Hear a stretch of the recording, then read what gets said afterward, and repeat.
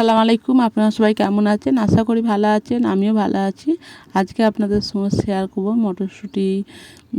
অনেক সময় বাড়িতে কি হয়, অনেক মটরশুঁটি এখন যেহেতু গরম পড়ে গেছে, মটরশুঁটি এখন বাড়িতে রয়ে গেছে, খেতে ইচ্ছা করছে না। তখন মটরশুঁটিটা কী করবেন, তার জন্য পুরো ভিডিওটা স্কিপ না করে দেখবেন, আশা করি ভালো লাগবে। এখানে আমি মটরশুঁটিগুলোকে ভালো করে ধুয়ে নিয়েছি, আর এখানে আমি আগে থেকে পানিটাকে ভালো করে গরম করে নিয়েছি। গরম বলছে ফুটা ফুটা ভাব আসবে, তখন সেই পর্যায়ে মটরশুঁটিটা দিয়ে দিতে হবে।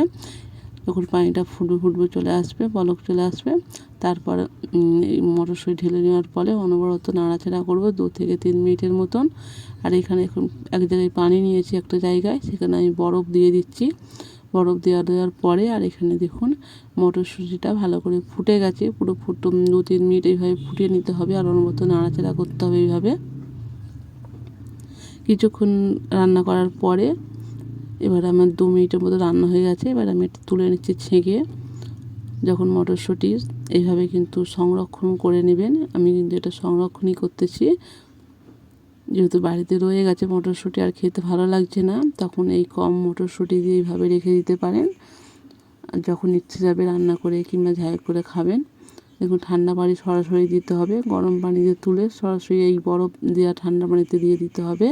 এভাবে নাড়াচাড়া করে এবার আমি একটা জায়গায় তুলে নেব ঠেকাতে, যাতে পানি ঝরে যায়। এটা পানি ঝরার পরে আমি ফিরে আসছি, ভালো করে পানিটা ঝরিয়ে নিতে হবে। দেখুন পানিটা কিন্তু আমার প্রায় ঝরানো হয়ে গেছে। আমি আগে থেকে একটা কাপড় বিছিয়ে রেখেছি, শুকনো কাপড়, তাতে দিয়ে দিচ্ছি মটরশুঁটিগুলো দিয়ে ভালো করে বিছিয়ে দিচ্ছি, যাতে মটরশুঁটিগুলো একদম শুকনো হয়ে যায়। আপনারা চাইলে এখানে গামছা দিয়েও ভালো করে যে কোনো কাপড় দিয়েও মুছে নিতে পারেন, যদি হাতে সময় কম থাকে এইভাবে মুছে নিতে পারেন। আমি কিন্তু এইভাবে মুছে নিয়েছি, আর অনেকক্ষণ 1 থেকে 2 ঘন্টার মতন রেখে দিতে পারেন, অটোমেটিকই শুকনো হয়ে যাবে, তখন পানিটা কিন্তু একটু থাকবে না। দেখুন কত সুন্দরভাবে এইভাবে করে নেবেন। এবার আমি ভালোভাবে কিন্তু পুরো একদম শুকনো হয়ে গেছে, রোদে না দিলেও হবে, রোদে কিন্তু দেওয়ার দরকার নেই। এইভাবেই শুকনো করে নেবেন, 2 থেকে 3 ঘন্টা এমনি ফেলে রাখলেই। আমি একটা ছিক নিয়েছি, এরকম একটা পলিথিন নিয়ে নেবেন, পুরো একদম মোটার মতন।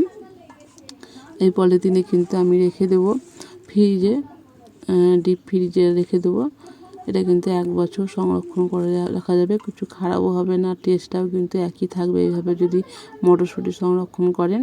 আর কালারের কোনোই থাকবে না, হেরফের হবে না, কালারটাও কিন্তু সুন্দর আসবে। আমি 2টো জায়গায় করে রেখে দিচ্ছি।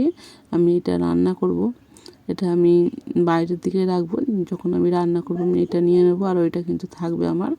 এভাবে মটরশুঁটি সংরক্ষণ করতে পারেন। যখন বাড়িতে মটরশুঁটি রয়ে গেছে, হয়তো খেতে পাচ্ছেন না, খেতে ইচ্ছাও করছেন না, এই রোজা মাসে এইভাবে করে নেবেন আমার মতন, অনেকদিন ভালো থাকবে। আমি এটা ভালো করে বিছিয়ে পিঠটাকে ভালো করে ভাঁজ করে আর পিন দিয়ে দেবো, যাতে ভিতরে বাতাস না প্রবেশ করতে পারে।